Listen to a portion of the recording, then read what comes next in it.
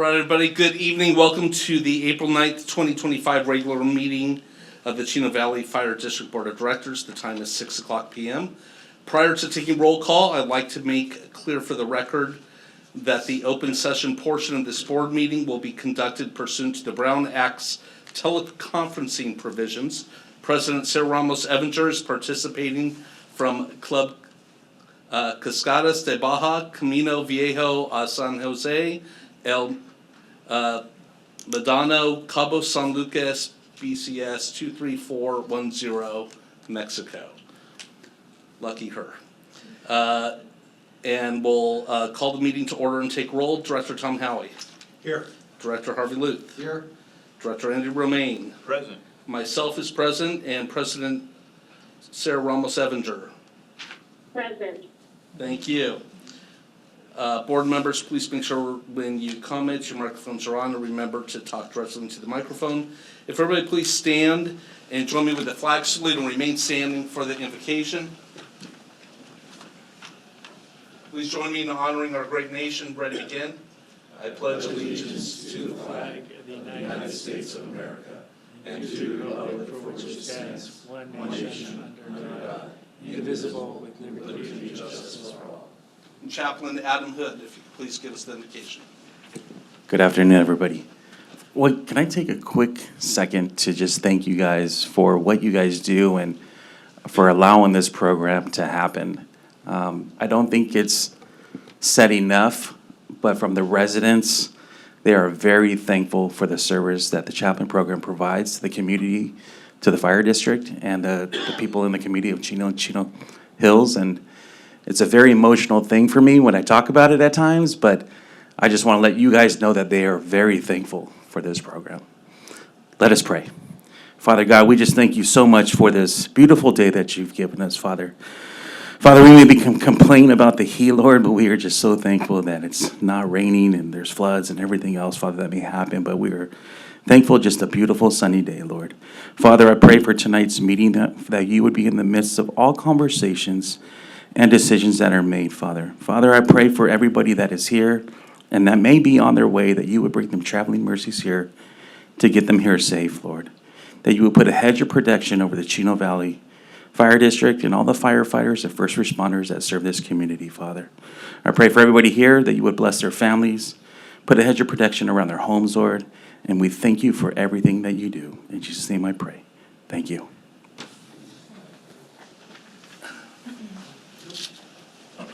And Madam Clerk of the Board, do we have any changes to the agenda? Vice President Krieger, we don't have any changes to the agenda, but I just want to clarify, the agenda that was published did include a heading for a closed session, and as you can see, we don't have closed session on a closed session time on this agenda, so that was in error. So I just wanted to clarify that for everyone here. Thank you. All right.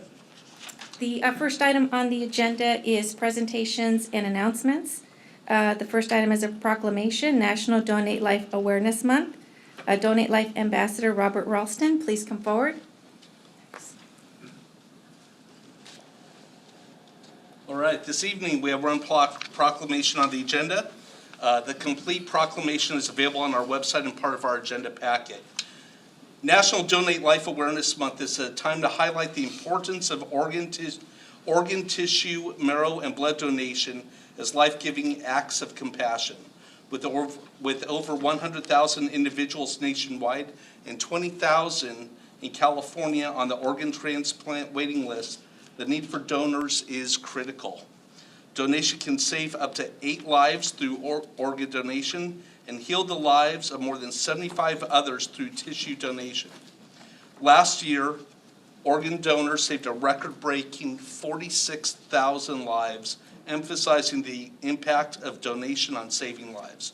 The Chino Valley Fire District recognizes National Donation Life Awareness Month by raising flags at all fire district facilities throughout the month of April to promote awareness. Rob, on behalf of the Chino Valley Fire District Board of Directors, I do hereby proclaim April 1st through the 30th of 2025 as National Donate Life Awareness Month. And I'm pleased to present this proclamation to you. Absolutely.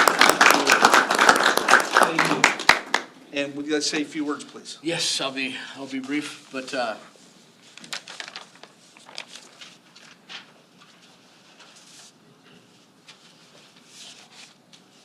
there's always lots to talk about.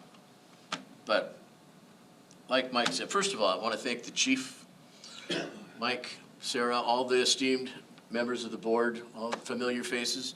God bless you guys. Been doing this for like 12 years.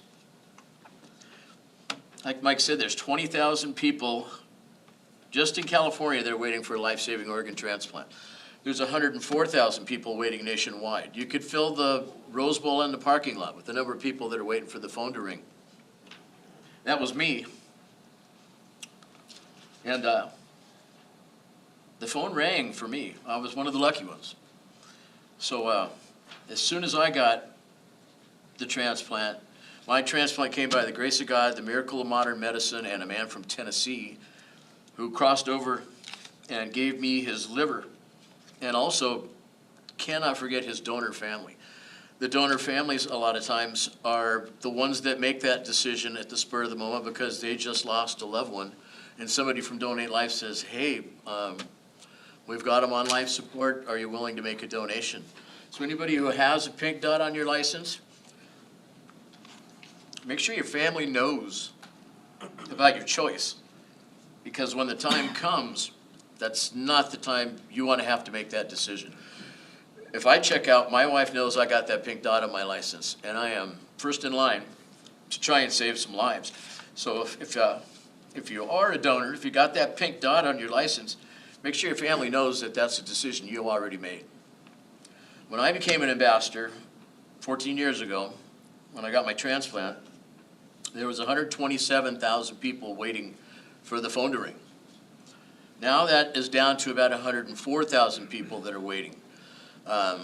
Used to be 38,000 in California, now it's down to 20,000 in California. So we're making progress, but we're just stemming the tide. With the amount of baby boomers in the world whose organs are getting old, like mine and a lot of folks in the room, as we get older, this need just grows exponentially.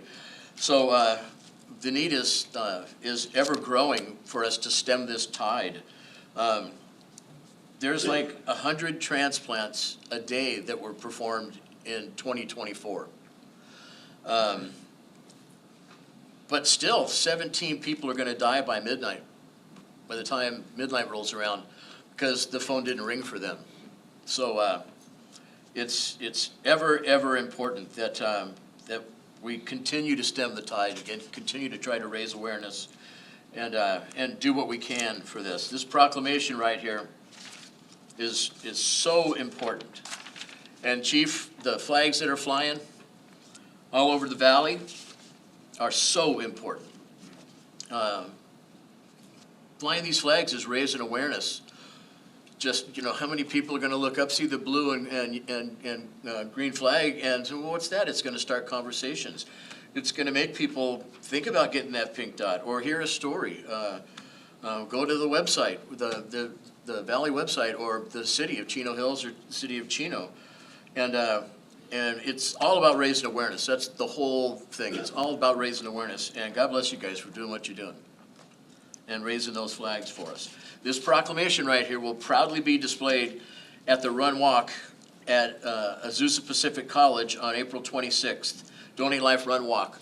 About 15,000 people show up for this every year. They have all kinds of food vendors and other entertainment and games for kids. There's an area that is the Honor Garden where all these proclamations, and I think the Chino Valley Fire District is one of the only fire districts that does this. Most of the proclamations come from the mayors of cities around Southern California. And you guys went the extra mile like you do with everything else, making the city so safe and wonderful. And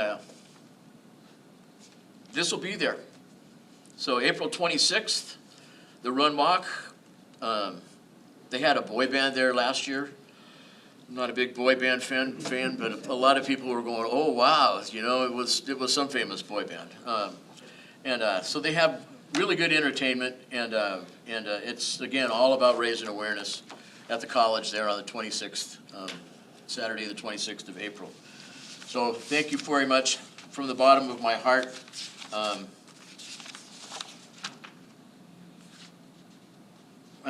I don't, I got so many things I could talk about and bring up, but I don't want to give you guys a report card, but how wonderful we are doing.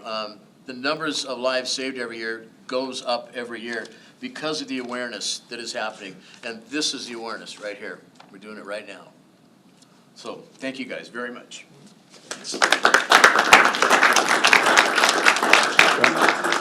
Yeah, well, Since we're gonna take a photo, I'll just come up. Yeah. Rob, we just want to say thank you.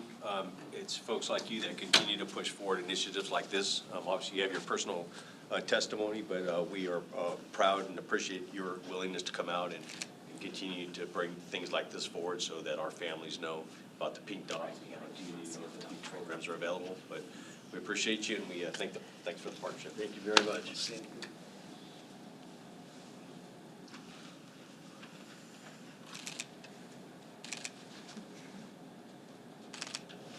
All right, thanks. Everybody, thanks, buddy. Mike, thank you, my friend. All right, we'll see you guys. Thanks, Marcia. The next item on our agenda is Fire Station 68, an essential resource facility. This update is provided by our Deputy Chief, Jeremy Alt.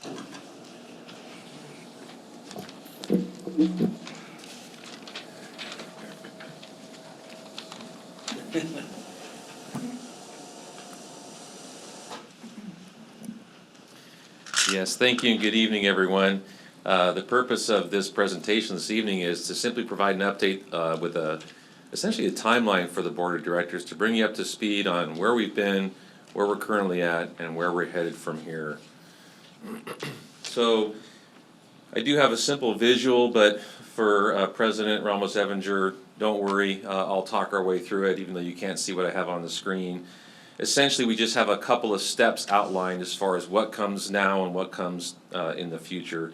As you can see towards the left side of the visual there, we have bid package.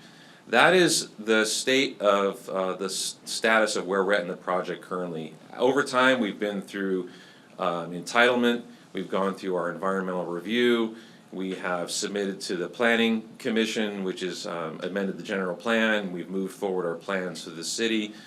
We did get notification back from the city right at the end of March that our plans are now completely approved. There's no more comment back and forth, and we have a solid plan set approved by Building and Safety from the city, and we're ready to go. Simultaneously, what's been happening, we brought on the construction management firm to work with us. It's good timing because now we're ready to go out to bid for a general contractor. One other item that is later in the agenda tonight has to do with the granting of an easement for a temporary construction easement.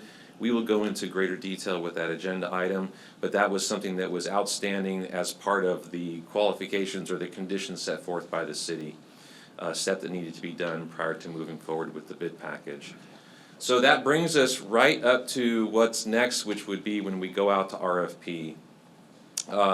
We expect, if everything goes smoothly, we're working hard with all of our entire team to get this package out to bid, if you will, by the end of April. Sometime late April, we should be out to bid. Of course, this is best case scenario. By public contracting law, we have to have that bid package out for a minimum of 30 days. And we utilize a platform called Planet Bids.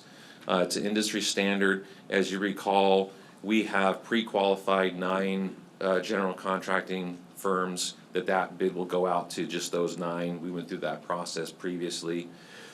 Pardon me. As I mentioned, that will be out for 30 days. So essentially towards the end of May, we'll be closing that and then working on a procedure to vet the submissions. That's going to be that vetting phase that you see there.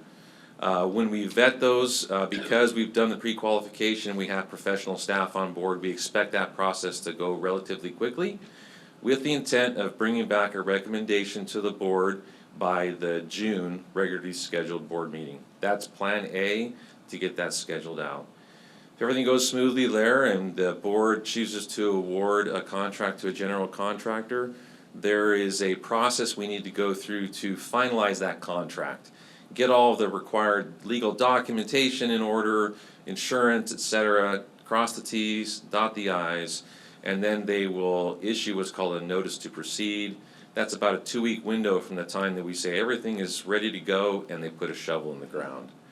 Hopefully at that rate, we're looking at a late July or August actual shovel in the ground. So that is Plan A. The things that could potentially delay us would just be if there's an extensive process of question and answering that comes during the bid process. We don't anticipate that. That might push us back a little bit as far as a couple of days. If that were the case, we would come back to the board with a discussion about whether we want to move forward at the regularly scheduled board meeting in June, or if we need to look at options as far as a special or July. But we will know more as we go through that process, and of course, we'll update you with what we know. That is essentially where we're at as far as procedure. And we can, again, we'll talk more about that. Obviously, everyone is talking about the global economy. We're talking about what can we anticipate our return on that bid for construction costs. I would love to have a solid answer for you. What we know is that we will know when we go out to bid. Historically, when we were talking in front of the board with these numbers last year, there were commercial construction rates were coming in around $750 per square foot. At one point, we revised that to $850 per square foot. In talking with our construction management firm and our architects, their frame of reference, the one that we have to work from right now is, I believe it was Palm Desert, secured a contract for general contractor in December, and that came in at $1,280 a square foot. So we are anticipating that those rates for construction will be higher than we previously anticipated. But again, one thing that's been very important to us is that we wanted to provide options to the board. So when we do go out to bid for the construction, the way that we're building that package, as I understand it, is in phases, or what we call, there will be a base bid, which will be the station itself, and then there will be additions that come on that. So there would be the base bid of the station, then the station plus like the ERF building, and the station plus the ERF and the covered solar parking. That hopefully, so the contractor will bid on the entire project, but we'll have an idea essentially if the numbers come in higher than tolerable, we can have some options to present to the board so that you can make an informed decision moving forward. That concludes my comments for this evening. I'm happy to answer any questions you may have.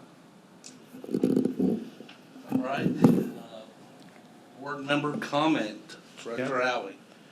Yeah, Jeremy, question as far as, do we have any idea on those how many bids we might get? I mean, is there, are we gonna get 7, 5, 3, 2, 1? And then the other part of that question is, do we have to accept the lowest bid, or can we pick the one we feel that's most responsible in that area? Yeah, great questions. First, we hope through greater numbers we have greater competition. So in theory, we would get up to 9, but we do have some competing elements happening in the industry right now. One of, as you know, further conversation with the devastating fires in the Los Angeles area, there's a call for a lot of construction. We don't know if that call for construction will impact the vendors as to whether or not they want to bid on our project or not. That is a variable. Also, there's a lot of discussion about, are there tariffs, are there not tariffs? That we don't know if that will impact whether if the 9 choose to bid or not. But we are obviously hoping through greater competition that will help drive those costs. Your other question, sir, was in regards to, Do we have to accept the lowest bid, Thank you. or can we figure Yeah. the one we want? So- Yeah. and I can defer to Isaac and to Mark, but in general, our purchasing policy calls for the lowest responsible bid. Now, defining responsible has multiple components. That would be determined in that vetting phase. So one of the reasons we went through a pre-qualification was to establish that the 9 contractors are essentially pre-vetted. So some of the issues that may come up through reference, like if we just went and put it in the wind and we hadn't done the previous pre-qualification, we might get a whole host of other vendors that we hadn't ever seen before. And so we would have a more extensive process to, let's say we had 20 hypothetically. We'd have a lot more work to do to vet those 20. Now that we have 9 pre-qualified, we've already gone through a pre-vetting process, so it is our intent that that would reduce that time frame. We do still need to go through a process to make sure that what the bid has submitted is actually in response to the qualifications and the technical bid package. So there is work to do to make sure that the numbers match. But again, because we've gone through process, that's why we're confident that we can reduce some of that time frame. Okay. Okay, that's it. All right, Thanks. Director Romaine. I don't know if this will be, if you will give me a for sure answer, but given the current economic climate and the unknown about it, are we obligated to accept any of the bids? Great Or if question. it comes in so outlandishly where everybody just bids it up to hedge their bets, that we just say, we don't want to accept any of them? Is that a possibility? Great question. In fact, we had a large team meeting recently with legal and all of our team, and I asked that very question. I said, listen, if something totally unheard of comes in, what does that do to us as an organization, and what does that do to our boards? So, as I understand and confirm with legal, you are under no obligation to award a bid. In fact, when we construct our bid package, we'll make sure that there's language in there that supports that. There are options legally that you have to reject bids based on what comes in. Right, Director Luth. I know when we brought on our construction manager, part of the deal was to make sure our plans, minimizing change orders. So that whole process is done, what we've got, everything's been vetted out, and we're confident. We don't Right, have so none of- what is happening today, I had that meeting earlier in the week with the whole team. So we had legal and the architects work on that bid package. There's what we call a front-end document that has all the legalese, if you will. And then there's a technical spec manual that has to do with all the plans and down to the nuts and bolts and nails and everything else. I've asked for the construction management firm to have the third set of eyes on that entire package. Now, they're not gonna go back and do a full constructability review, because that would have happened earlier in the process. But we feel that the architect firm and their reputation have already done that. But yes, they will be engaging to make sure that we've crossed the Ts and dotted the Is as a third set of eyes. Thank you. All right, I don't have any additional questions. President Ramos Evinger. I have no comments or questions. Thank you so much. All right. Thank you, Jeremy. The next item on the agenda is public communication. This is the time and place for the general public to address the Board of Directors about subjects that do not appear elsewhere on the agenda. The public may address items on the agenda at the time addressed by the board. Due to board policy and Brown Act requirements, action may not be taken on any issue not on the agenda. When you address the board, please state your name and address prior to making your remarks, and please limit your comments to 3 minutes. I have no written request to speak under public communications. Is there anyone present who would like to address the board at this time? Okay. I'd like to say one thing. Please come forward.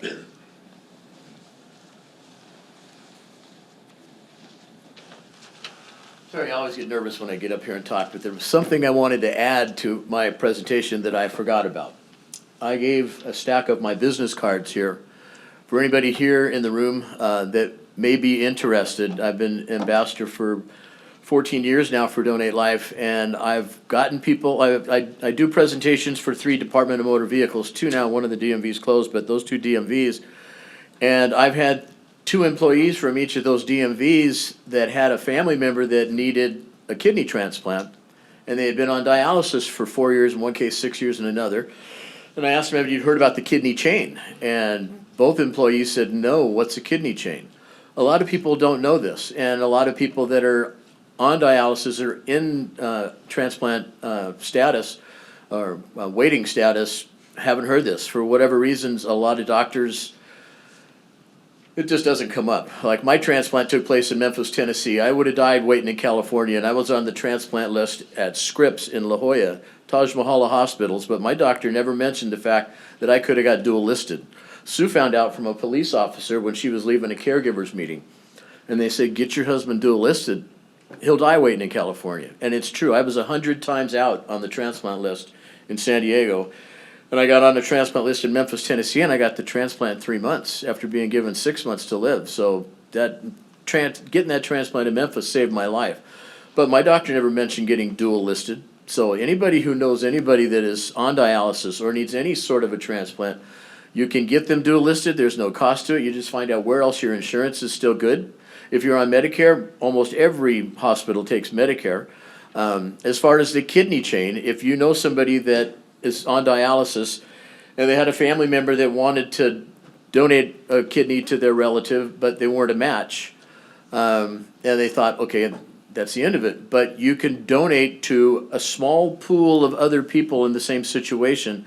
You can donate a kidney to a kidney chain, and the chances of you getting a kidney goes down 90%. You go from the long, long list where you're going to be on dialysis for 6 years down to getting the kidney that year or the following year. Because you get on that kidney chain, and there's a lot of other families in the exact same situation. They want to donate to a relative, but they're not a match. So you can make that happen a lot faster. We had 7,000 living donors in California last year. People that donated to relatives or to the kidney chain. So I just wanted to make that perfectly clear. Anybody who wants any information about how to get dual listed, how to get on a kidney chain, please call me. My personal phone number is right there on that business card, my Donate Life card, and I'd be honored to help you. So thank you for your time. Thanks, Ron. Seeing no other requests to speak under public comments, we'll move on to the liaison reports to the fire district. And we invite up Jeff Taitula, Vice President of Chino Valley Fire Foundation.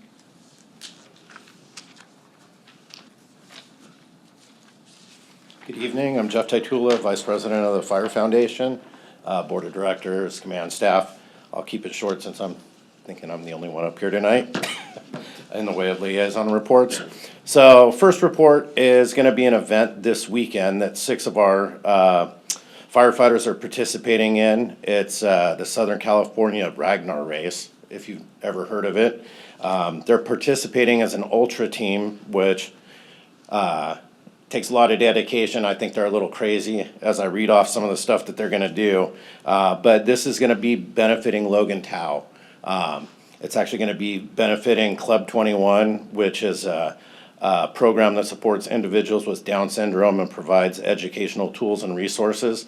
I believe the one that we're donating to is going to be the one in Monterey Park that Logan used to attend. So we have 6 members: Captain Foster, Captain Sanchez, Captain Higgins, Firefighter Gray, Firefighter Fee, and David Silva, who are going to run this race that starts on Friday in San Diego, finishes in Huntington Beach on Saturday. It's just under 200 miles. So let me pull this up. So runner number 1, this is psychotic to me, so I just wanted to point it out. Runner number 1 is going to run 35 miles. Number 2, 33.2. Number 3, 27. Number 4, 25.6, slacker. And then the last one, then the last 2 are 36 and 37 miles each. So it's a continuous race. They'll run a leg, they'll rest, they'll eat, they'll sleep, and then they'll run again. So anyway, if you want to follow the foundation's Instagram and Facebook to see updates, and there's also a way to donate to Club 21 on there as well. Next month, May 3rd, we have open house with the fire district. We are going to have a foundation booth that has information about the foundation, and we'll be selling some items. The foundation is providing hot dogs and water to the public, and CVPF 3522 will be cooking that day.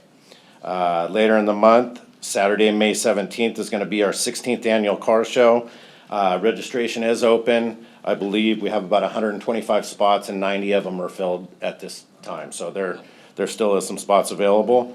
And then I don't have a date for this, but we've also purchased, the second save station for the city of Chino Hills. And, as soon as we have a date for that, we'll let you guys know. So, thank you. Fantastic, thanks, Jeff. Yep. The next item is the consent calendar. All right, we have the consent calendar, items number 1 through 6. Do we have any public comments on the consent calendar? We have no request to speak on the consent calendar. Excellent. If any board member wishes to pull an item from the consent calendar, please let me know. Motion to approve. Let me check with Sarah first. Sarah, do you want to pull anything on there? Nope, I'm great, and I'll second that motion. All right, so we'll do Director Howie and Director Evinger. And we'll need to do a voice vote on this one as well. So Director Howie. Yes. Director Romaine. Yes. Director Luth. Yes. I am a yes, and Director Ramos Evinger. Yes. Excellent, thank you. The next item on the agenda is under new business, item number 7, resolution number 2025-02, properties declared for weed abatement. The purpose of this report is for the board to review, approve, and adopt resolution 2025-02, identifying properties throughout Chino Valley Fire District to be noticed in accordance with ordinance number 2022-01 for weed abatement. And the report is by Fire Marshal Danielle O'Toole. Good evening, President Ramos Evinger. Greetings from home. Vice President Krieger and members of the board. Ordinance 2022-01 prohibits the accumulation of combustible vegetation that can be deemed a fire hazard. We strive to take a consistent and aggressive approach to our annual weed abatement due to our wildland urban interface. Before you this evening is Resolution 2025-02 and a list of properties throughout the district that are declared for weed abatement. Our spring inspections will begin in early May, and our fall inspections will commence in early September. Any properties found to be non-compliant will be sent a notice to destroy weeds. The notice will include the actions that need to be taken, the deadline for compliance, and the information regarding the public hearing. Throughout the coming year, we will hold a minimum of 3 separate public hearings to allow property owners to address the board on this matter. The public hearings will be held in conjunction with the specific deadlines on the notice. Since the resolution declares that identified parcels contain seasonal and recurrent nuisances, a property that receives an initial notice and a public hearing and waives the public hearing will be sent an abbreviated card should their property be found to be in noncompliance later in the year. All property owners failing to abate the noted hazard by the reinspection date are subject to an administrative citation and abatement by our private contractor. Exhibit A of the attached resolution references the list of parcels within the district. A full list of parcels can be found here at our administration office as well as on our website. It is recommended that the Board of Directors review, approve, and adopt Resolution Number 2025-02 regarding the declaring and noticing of property owners for weed abatement. All right, do we have any requests to speak on this? We have no request to speak on this item. Nobody wants to talk about the 1,115 pages of, on the report there? No? Okay. It's the time for the board to comment. Please comment when I call your name. Director Tom Howie. No comment. Director Harvey Luth. No comment. Director Romaine. No, except I was the one who panicked when I saw the agenda at 1,174 pages, not knowing how this process works, so. So basically, every parcel is identified. Correct. Okay. And President Evinger. No comment, thank you. All right, this one I'd like to request a motion. I move. Director Romaine. Director Luth will second it. Now request a voice vote. Director Howie. That's a yes. Director Romaine. Yes. Director Luth. Yes. I'm a yes, and President Evinger. Yes. Thank you. The next item on the agenda is item number 8, weed, brush, and rubbish abatement contractor services bid number 25-03. The purpose is to review the bids received for bid number 25-03 for weed, brush, and rubbish abatement and award the bids to the lowest responsible bidders. Report by Fire Marshal Danielle O'Toole. Evening again. Bid specifications were developed and a request for bid was sent out for weed, brush, and rubbish abatement. The request for bid was published in our local paper as well as posted on Planet Bids. The deadline for bid submission was March 21st. A total of 4 bids were received, and a breakdown of the bids has been provided in your staff report. The bids were reviewed by staff and references were contacted. The bid documentation specifies that contracts awarded shall be for a term of 1 year and may be extended up to 2 additional 1-year periods under the same terms. The district purchasing policy specifies that the formal bid contract shall be awarded by the board to the lowest responsible bidder. That determination is at the discretion of the board pursuant to findings and recommendations presented by the fire chief or his designee. The costs for weed abatement services, including district fees, are borne by the non-compliant property owners through both direct bill and payment or by way of property tax by the county.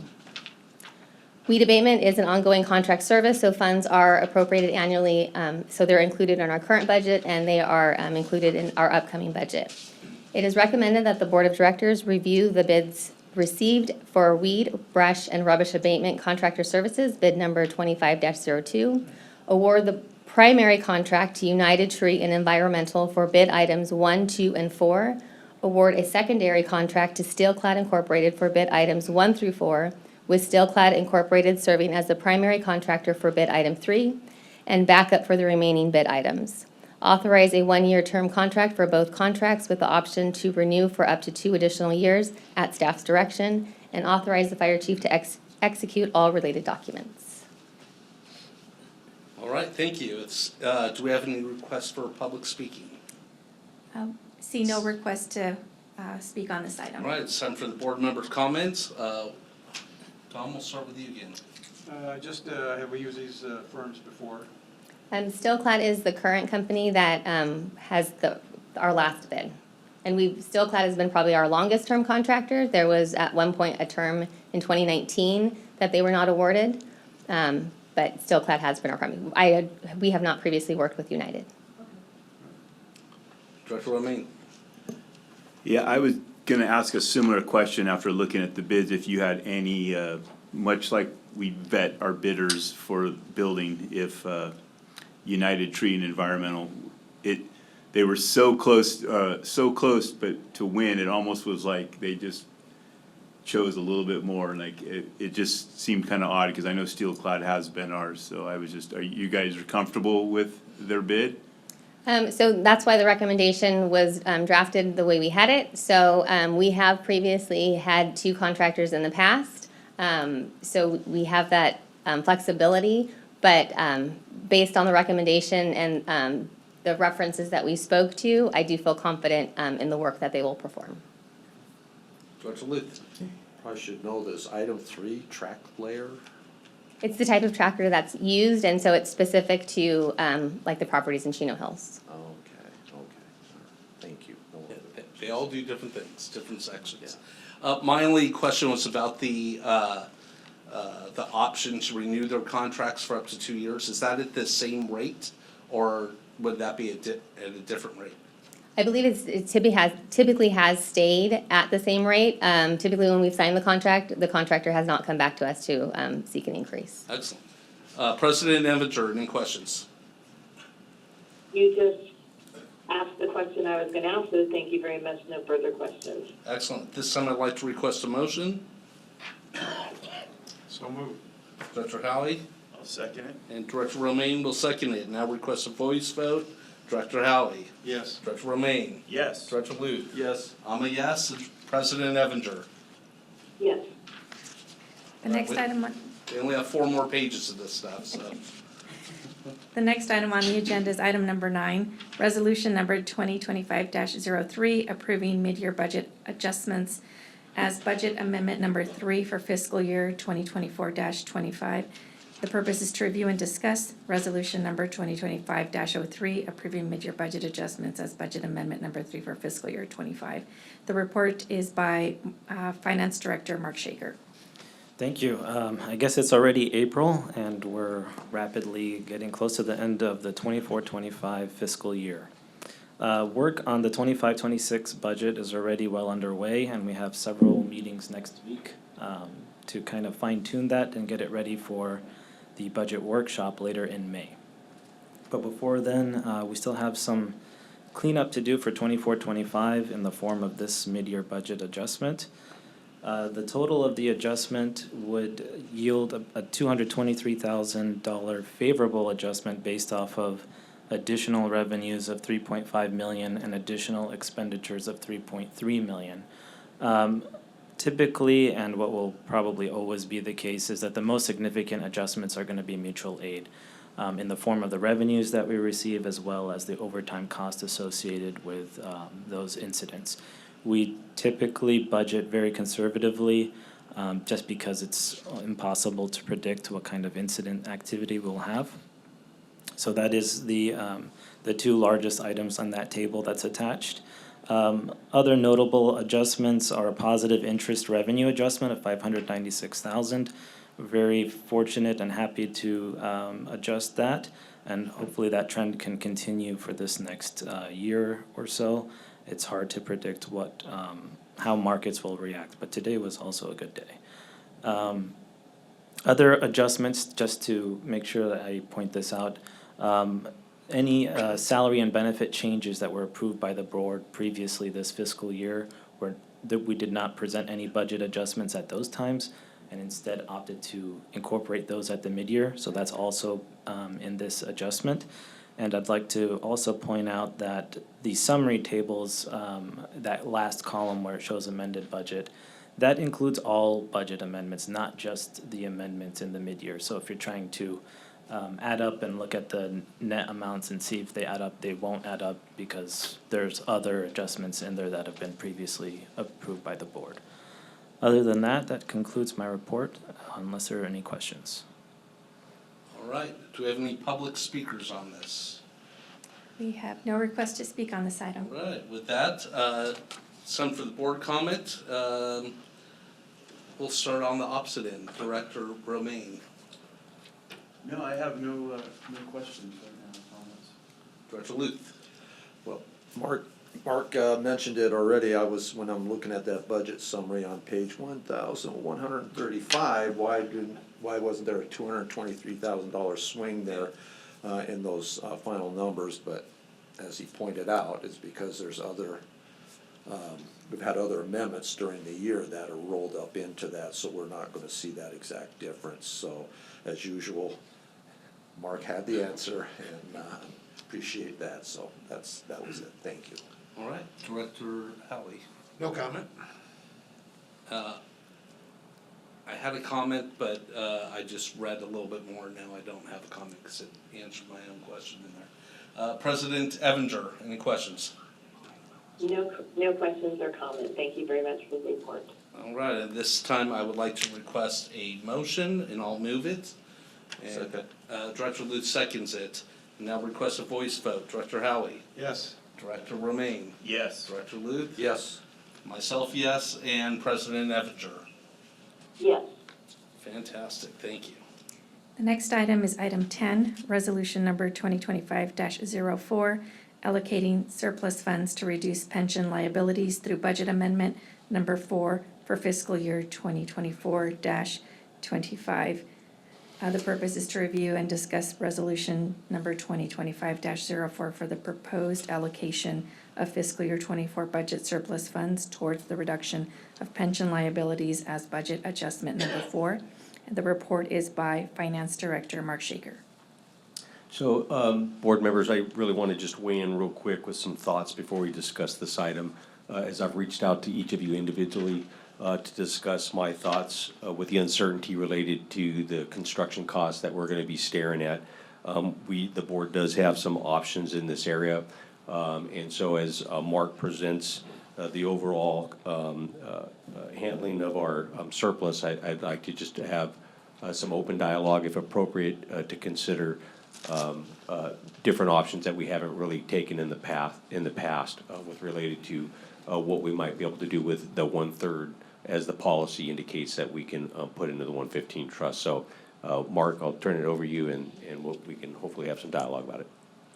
Thank you. So for those of you who may not know, in fiscal year 2017, the district adopted the Chino Valley Fire District 115 Retirement Trust and deposited $5 million into the trust at that time, and also adopted a budgetary policy that 1/3 of any previous surplus would be brought back to the board for consideration to provide additional funding into the trust or directly to CalPERS for retirement funding. It's that time of the year where we bring this recommendation forward. The 2024 audit obviously was approved last year, and we have the audited general fund budget surplus of 15.8 million. Of this amount, there was some really significant one-time revenues. I always like to back those out, especially anything that's grant-related, because you don't want to allocate stuff like that into the trust when that's not really what it should be used for. So of this amount, about 7.6 million was attributed to one-time revenues, 6.25 from the state of California for Station 68, and an additional 1.3 million of property tax recovery revenues due to that Ontario Chino issue that we've been working through. That leaves about 8.2 left over, and the 1/3 calculation would generate about 2.7 million for consideration into the trust or for direct pension funding. For historical reference, the last 2 fiscal years, the board has chosen to direct the money direct into the trust, and previous to that, there was a split allocation where half would go to the trust and half would go directly into pensions. Obviously, there is a lot to consider now, and making this decision is not as easy as it used to be in the past because of the imminent award of contract for the Station 68 project and some of the things that are going on in the global economy.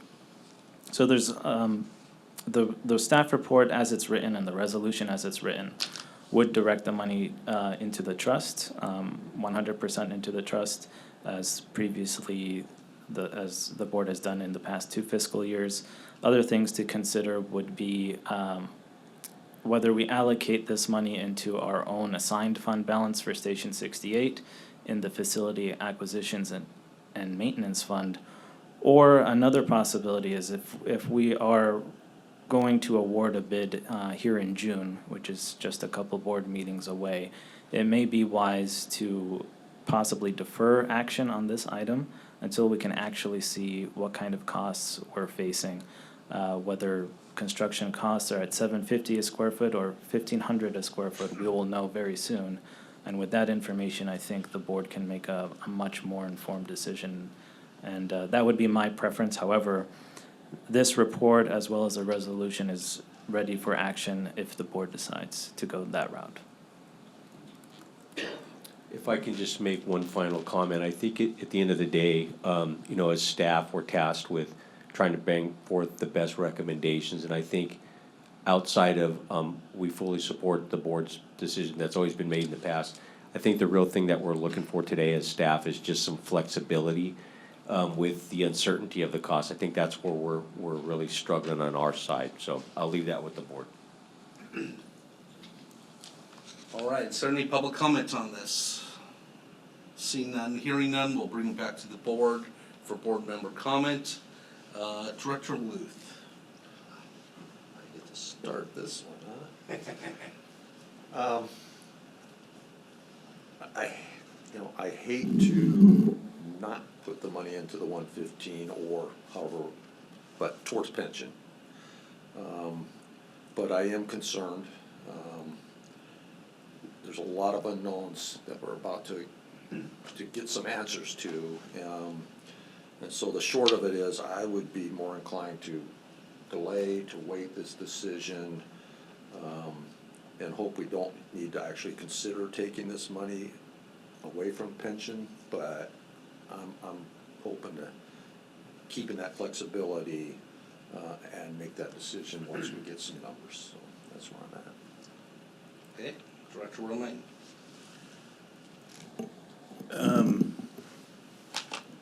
I would tend to agree with Director Luth. I understand the onus behind the 1/3 and taking our surplus. However, I spent some time looking at the latest actuarials that are available for us, and though there's always unfunded liability, and there's a number, we're actually sitting pretty good currently. We're a divided meaning that we're half classic, half PEPRA about, and our PEPRA funding is over 100% currently, based on last return of the discount rate from PERS. So the history of why we did this was to make sure we protect the district financially for meeting our pension obligations, and it has worked very well, and it is actually returned, if I'm correct, the investment itself in the 115 fund has returned a significant amount of interest, right? It's like 5 million about? That's correct. There's about 300,000 lost in March so far. I'm not sure how April will play out. Obviously, we started out low, and today is a completely different day, so it's hard to say where we will be, but yes, you're right. Okay. So, taking all that into account, it's still the same pot of money for the district. I think we're obligated to the citizens of both communities to get a station built. So, I'm for what Director Luth said of we push this off till we have a better understanding of the numbers. Otherwise, we're just speculating on top of speculating, which never works out good for the finance guy. So, thank you for your report. Director Halley. Yes, thank you. Obviously, I think it's important that we keep our options open, and I don't disagree with either one of your statements. At this point, I think it's wise of us to take a look at, to wait and see what's gonna happen in the next few months. Okay, that's it.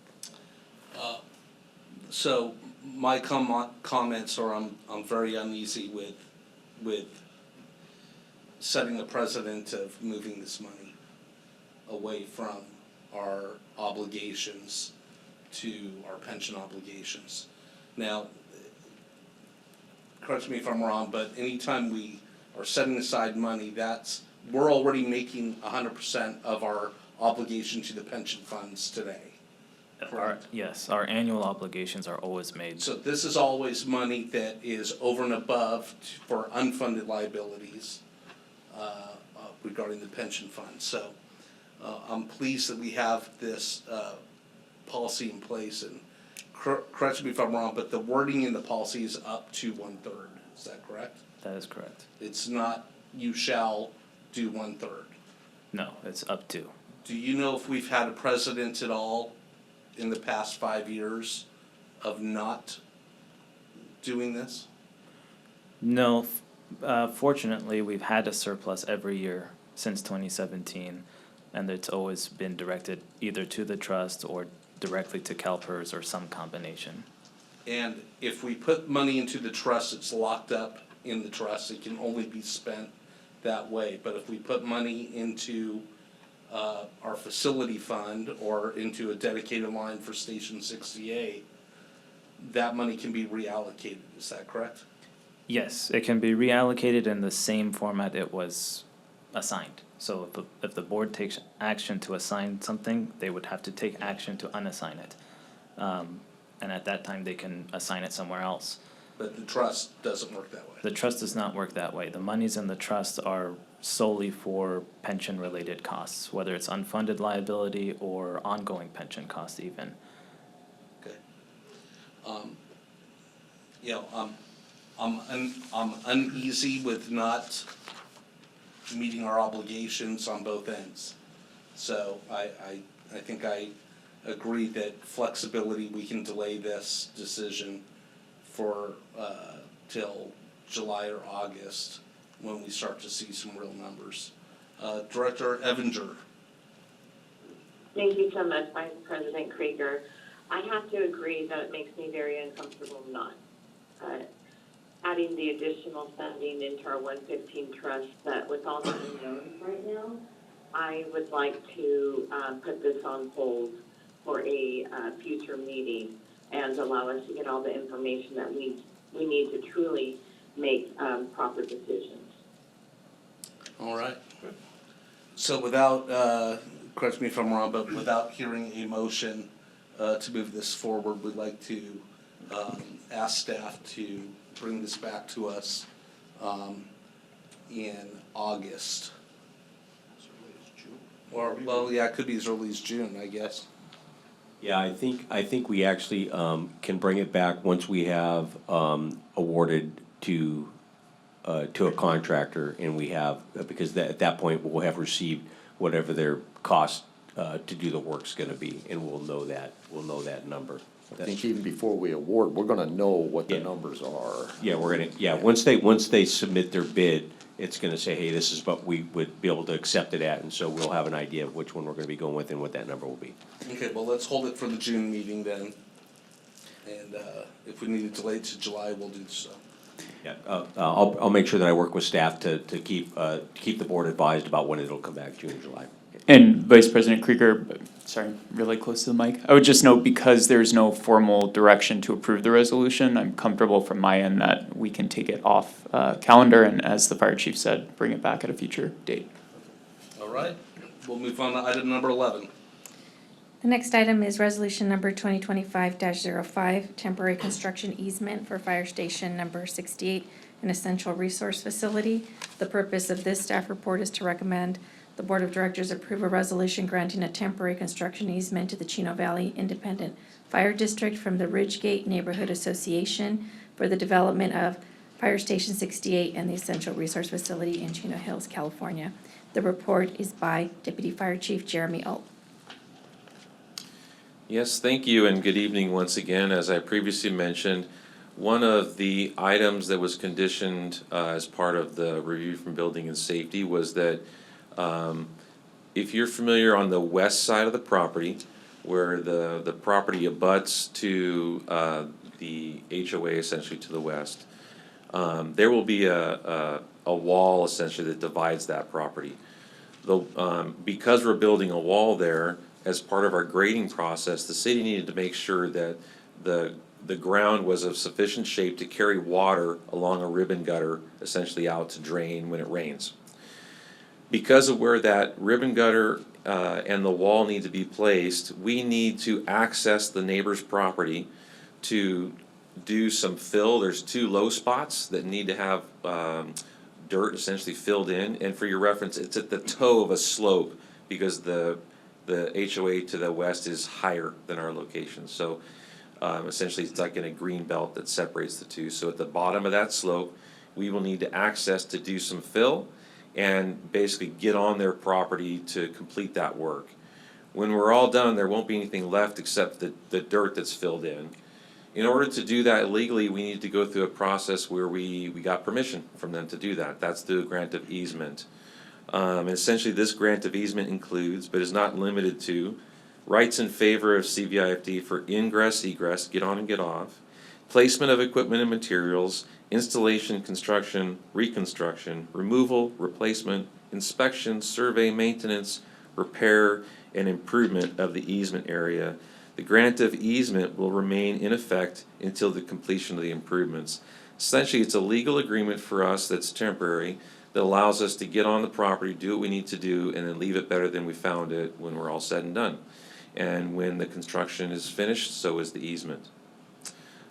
We had an opportunity to meet the Chief Williams, Robert Quintero from Transtech, myself. We met with representatives from the HOA, presented the project to them. There was an overwhelming positive response. Chief had a follow-up meeting with them, and the president of the HOA came in and signed the easement. So before you tonight is the second half of that, which is for the board to approve that resolution. So with that, I'll read my recommendation. It is recommended that the Board of Directors adopt resolution number 2025-05, approving the grant of easement to CVIFD and authorize the fire chief or designee to execute all related documents.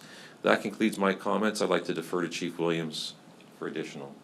Yeah, before you make your recommendation or your decisions, I really wanted to say thank you to the city of Chino Hills for putting us in contact with the HOA, and specifically the president of the HOA, Alan Cawson, and his team were just phenomenal to work with, and they're very, very excited. So I think it's appropriate just to let them know sometimes these things can get bumpy, and this was nothing but pleasurable, and we appreciate their support. Excellent. Do we have any public comments on this? Seeing none, hearing none, we'll move on to Board member comments, Director Howie. Yeah, just a quick comment, where are we getting the dirt from? There's actually quite a bit of grading that needs to happen on that property. Kinda hoping we didn't have to go buy dirt, bring it in. Okay, so we should have sufficient dirt, correct? I believe so. There's quite a bit of cut that needs to happen as well. Okay, okay. That's it. Director Romaine. No, it sounds pretty ominous when a layperson out there is listening to this, but I've actually walked on that property and they're gonna be happy and we're gonna be happy, so it's not gonna be very destructive to them at all. Director Luth. Yeah, as we keep hearing, there's just one thing after the other keeps coming up, and I'm glad we're knocked this one down, and glad to hear that the HOA was such a pleasure to work with, so good job. Yeah, I as well am very pleased to know that we have great community partners out there. And we're not really touching the hillside itself, right? It's just that flat.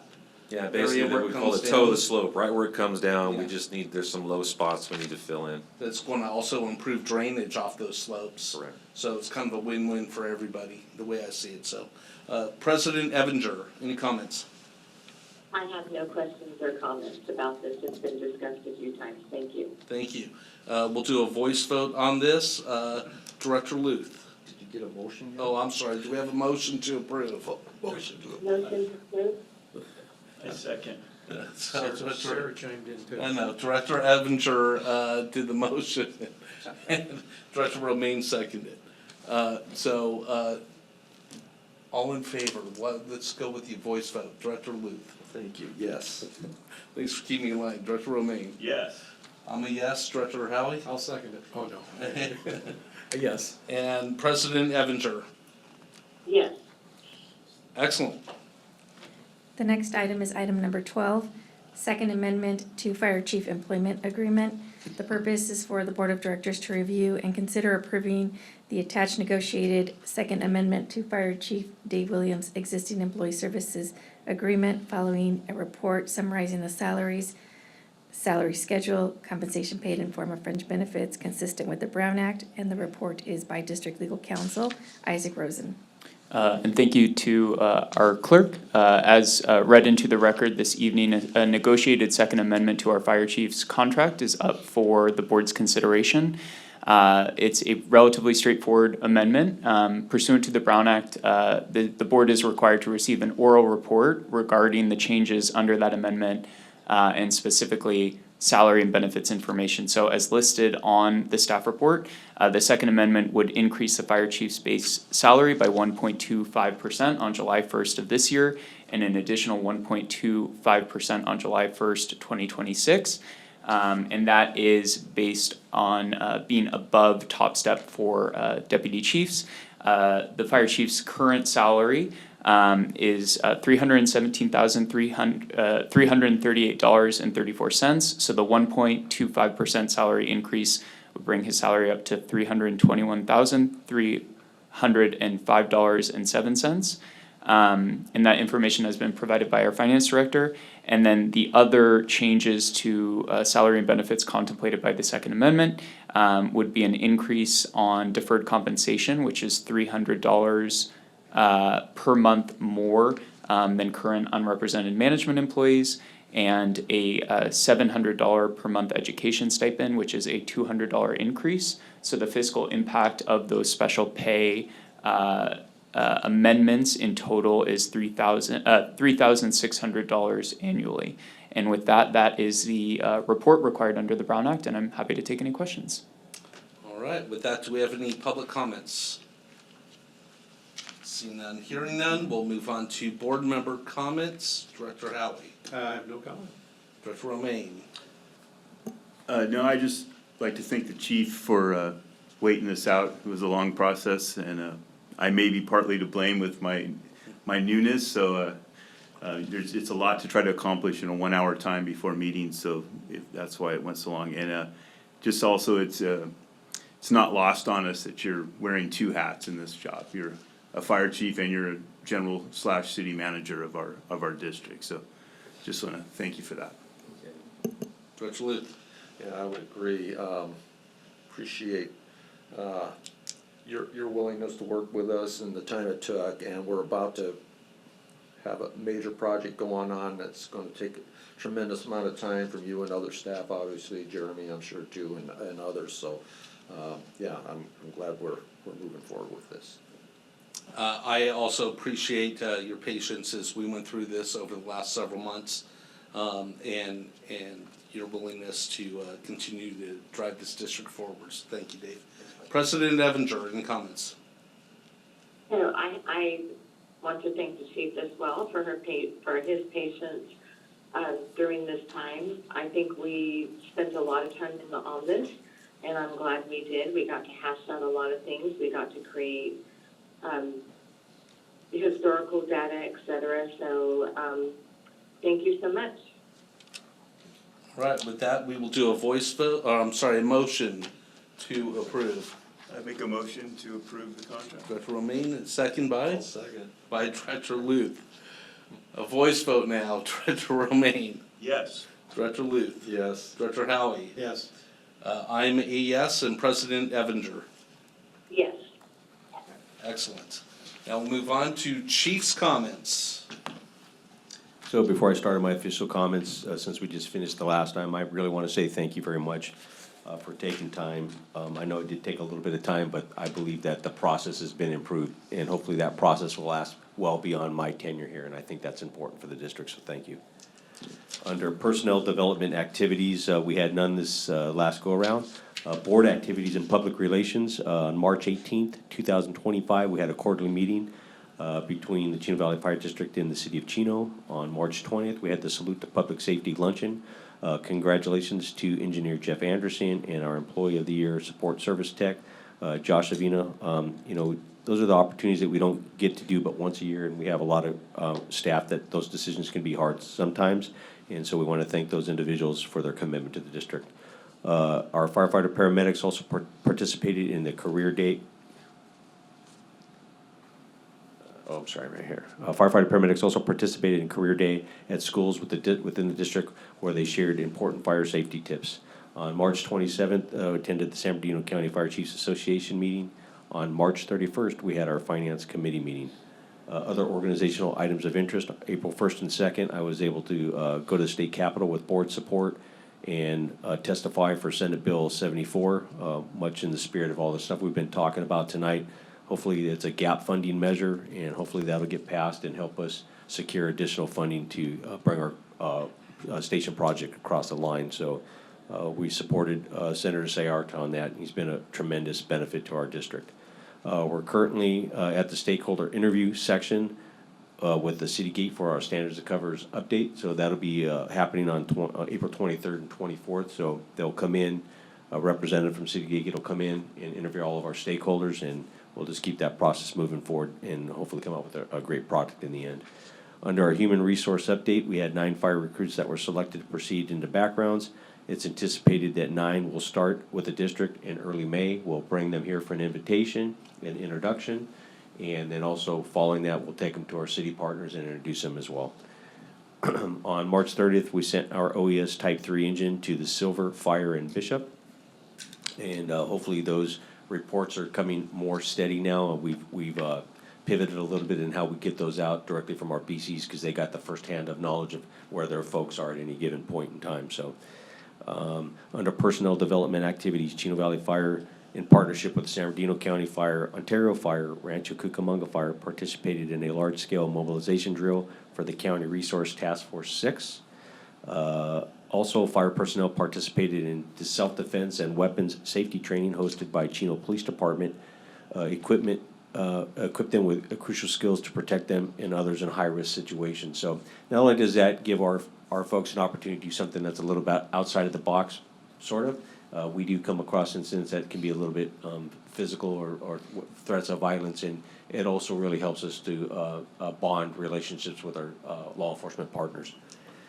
During the month of March, several community engagement events were held. This included CERT training, which was offered to residents, practical instruction on crucial topics such as splinting, bleeding control, and hazard identification and CPR. Under the CRR department on March 24th, the fire district received new fire hazard severity zone maps for our jurisdiction. Fire Marshal O'Toole provided a presentation related to the maps at the April 1st City of Chino Council meeting, as well as a presentation last night at the City of Chino Hills Council meeting. The Fire District launched a webpage with pertinent information related to the maps and the public comment period, which was open for the entire month of April. I can't say enough about our Fire Marshal and how much good work she does. She did a fabulous presentation last night, above and beyond. I will just share with the board, because I think it's important to understand the impact of what's going on with the fire hazard severity zone maps. Is I think it was at least yesterday, the day before, she received upwards of 90 emails in one day just related to that. So there's lots of people with lots of concerns in the community, and Fire Marshal O'Toole is pretty much handling it mostly on her own with my support where I can. And so I just want to say thank you for taking that on and taking care of it. Upcoming meetings and events, Monday, April 14th, we have a state mandated AB 1234 ethics training. Thursday, April 12th, County Fire Chiefs Association meeting. On April 26th, we have our corn feed car show event, and we'll be there not only as a fire district, but as Rotary members, and cooking corn and enjoying the day. On April 28th, we have our district-wide photo. So we have a lot of new people in new positions. Last time I think we did a department photo was, I don't know how long? 2017. So we have a lot of new people in new positions that are, some of them are retiring pretty soon. And so we'd like to get this opportunity to collect this information. I'd like to give a lot of kudos to Deputy Chief Skibor. So we're going to do our department photo this year. But for the first time in our history, we're also going to create our very first yearbook, if you will. So really, it's an opportunity for us to capture our history, and going forward, we can keep this going. But it's a chance to capture our history of who we are, what we do. And again, I said this when Rich Crampton left. I think without understanding where we come from, it's really hard to navigate where you want to go. So I think history is a very important part of us and our culture. So thanks, Carlos, for spearheading that. Under Confire, the items of interest, this April 18th will be the appeal for the injunction related to ambulance services. So we don't know how that's going to go. Hopefully it'll give us some information. If we are successful, what I'm being told is that's sort of the permission to go ahead and proceed forward with providing services. It could take upwards of about 2 to 3 months to restand back up everything that we kind of had to put on pause, but it would be a big step forward in providing services should we be approved, or should that injunction be awarded back in our favor. I do understand that that is being heard, since it's appeals, it's going to be heard, I believe, in San Diego County. And so hopefully that does, if there's any biases out there, hopefully that'll remedy that. So that's all I have for my report. Thank you. Thank you, Chief. We'll do board member comments, and why don't we just start down here with Director Romaine. Well, thank you, Vice President Krieger. First off, I would like to start off with a congratulations and a thank you to CRR member Ed Quintivas on his retirement. He didn't want any fanfare. I had texted asking about that. He wanted to ride off into the sunset quietly, but 20 years is still a good chunk of time, so I'd like to thank him for that. Attended a few events like we always do. Went to the ASB CSD meeting and attended that with Clerk Robles. We had a good time there. They were really pushing districts using student or temporary helpers to introduce them, and then we were able to, like, hey, well, we already have that in our fire prevention or CRR bureau, and we also have our Explorer program. So like we're really ahead of the game. So that was good. Had a one-on-one with the chief. Attended the salute to public safety. It was good to see that we also include the Institute for Men and Women. Also during the rest of the month, I attended that meeting, and they were extremely thankful and grateful for being included in that. They're very, they said it was their staff was like the highlight of their time. So, also attended with Director Howie. We went up to Sacramento to the SDRMA spring event, which SDRMA is our risk management association, which is basically the insurance for the district on everything, whether it's people getting hurt or our vehicles and buildings and whatnot. And So there was a lot of information to be gleaned there, and it was very good. Attended the first park opening in the city of Chino in 20 years, which was the Rancho Park, and it was a well-attended event with lots of dignitaries, the most we probably had as far as assemblymen and congressmen and senators and everything there, so that was good. And finished up this month with a 4-day stint up Northern California at FDAC, the Fire Department, Fire District Association, FDAC, California. And there again, tons of information. We got to sit through a class put on by retired Chief Geik from Ontario, so we got some info. Mike and I went up there and pressed some flesh on him to try to get him to give us some inside info, and he had a positive outlook. Whether he can back that up or not, we don't know, but he had a positive outlook on it. So, and then of course a couple of the San Bernardino County Board meetings, which are always fun to listen to. So that concludes my comments. Excellent, Director Luke. Okay, yeah, I had Chino council meetings, chief one-on-one. I'm sorry I missed the salute to public safety. Had another event, and I hated to miss that. I'm sorry for that. The Rancho Park in Chino, it was the 21st public park in 20 years. Oh. There has been some private parks and whatnot, but yeah, 20 years. I took my youngest grandson there later on. It was, boy, he had a blast. It was great. Attended the FDAC, and there was I got a lot more out of it than I thought I was going to get. I wasn't sure what to expect. It was some good stuff. There was a great session on AI and its impacts, hopefully for the better, that will be coming, DIF or impact fees. We had a good presentation on that, and met someone that may or may not be of help to us, so we'll be chatting about that a little bit, Chief. So anyway, I thought it was a good conference. It was pretty productive, and like I said, better than I expected. Attended Chino Days on Sunday, CIW meeting yesterday, and yeah, they were very appreciative of being included, as they have been for a few years now. Thank the district and the crew that came out with Riley. They came to a Kiwanis meeting, and of course, everybody loved Riley there. It was a good meeting, maybe some help coming, we'll see. There was a connection made that may or may not be helpful to us down the road here. Chaplain Hood, he was thanking us. I think those guys, I'm so thankful we have this program. I know I've said this before, and I'll keep saying it. That is a wonderful program. The work they do, the dedication, the hours, the time they put into it, and the benefit it brings, I'm sure, to our crews, but also to the public, is nothing short of spectacular. I'm so glad we have that. So I thank them for their dedication and hard work on that. The Chino Hills presentation last night. Yes, Fire Marshal Toole did a great job. Chief, you did a good job backing her up there. There's a lot of interest in this, obviously, for lots of reasons. So thank you for that. I've been on the website looking at what we have posted there. I've got someone reaching out to me. I'm gonna point them to that. I'm sure they'll appreciate it. The 26th, the Corn Feed Run, look forward to seeing everybody there. I was at a Kiwanis meeting today. We have over 830 cars pre-registered right now. We'll see. I don't think we're gonna get to a record, but that's pretty darn good. So we're pretty happy with that, and tremendous number of vendors too. We've got a lot more vendors. Look forward to seeing everybody at the open house.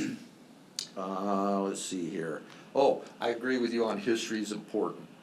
We sold our company a couple years ago, and I am shocked at the new company, how they just didn't have that, didn't appreciate it, and the impact it's having on that company now because of that. So I agree. I'm glad we're doing something to try and hang on to that a little bit. It is important. So anyway, that's the end of my comments. Thank you.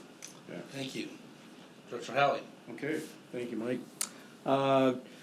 Well, it was a real busy month. We all had a really busy month. from Inland Empire Utilities Agency meeting I attended. Public Safety Day was great as always, and it reminded me back years ago when Public Safety Day was so much smaller. It was the Rotary clubs in Chino that would alternate. One would do police and one would do fire. We switched back, and then of course the chamber came in, and then now it's really gotten big, and I think it's a great day for public safety. Let's see, attended the our closed session, went to Sacramento. You know, if you're an insurance guy, Andy, if you're an insurance guy like me, actually, it's not that bad to go up there and talk about insurance. It's kind of fun, and it was a good meeting. It's short because you know you can't have too much insurance, right? From that standpoint. Met with the chief, and the conference up north was good. You're right. Although most of the people from up north are from up north, you know, it's most of those smaller the fire districts. It seems like it's more of a vibe, that conference, for being up north. But you know, we're from Southern California. There are some Southern California people, but I think it was worthwhile. They do have some good information for everybody. Attended Senator Rubio's coffee last Saturday. That was nice in Ontario, although it was hard to get to the Ovid Library little bistro there because they had all the streets blocked off for something in Ontario. They had some kind of a day they had last Saturday. But I got there, and that she's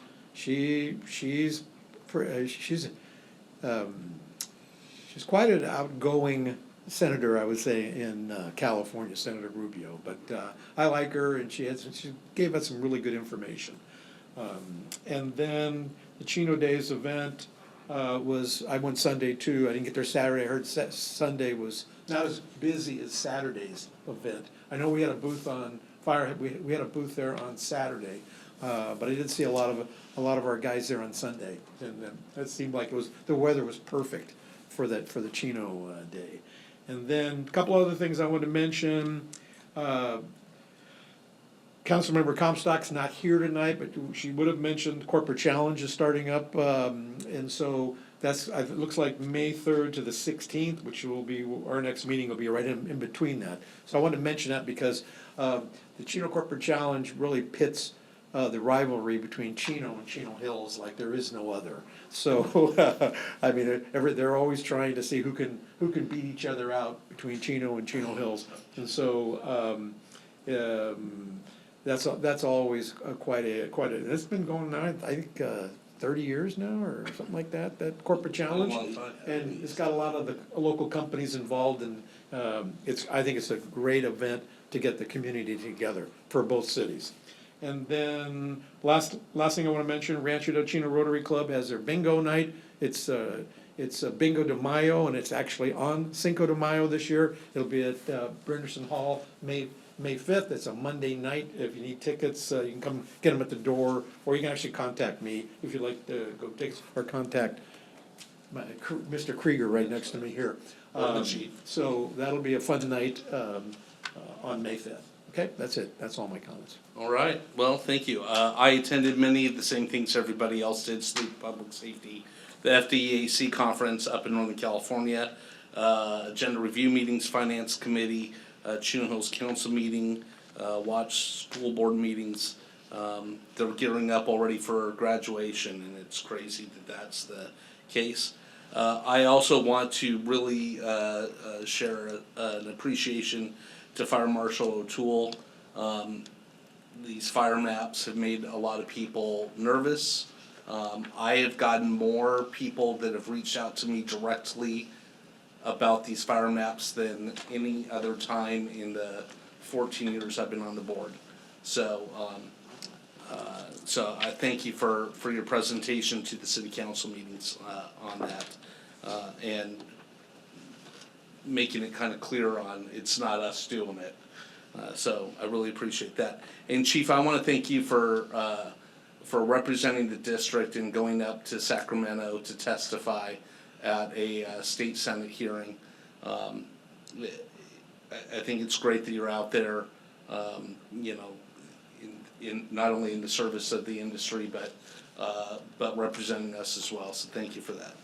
With that, I'll conclude my comments and go on to President Evinger. Board President Evinger reached out just to say, no board comments at this meeting for her. Got it, good enough. All right, tonight we will adjourn the meeting of the special meeting of the Board of Directors that will be held. We will adjourn to a special meeting of the Board of Directors to be held Monday, April 14th, 2025 at 3:30 p.m. The purpose of this meeting is to conduct AB 1234 ethics training. Please join us for that fun training. Up 2 hours. The next regular meeting of the Board of Directors of the Chino Valley Independent Fire District will be held on Wednesday, May 14th, 2025 at 6:00 p.m.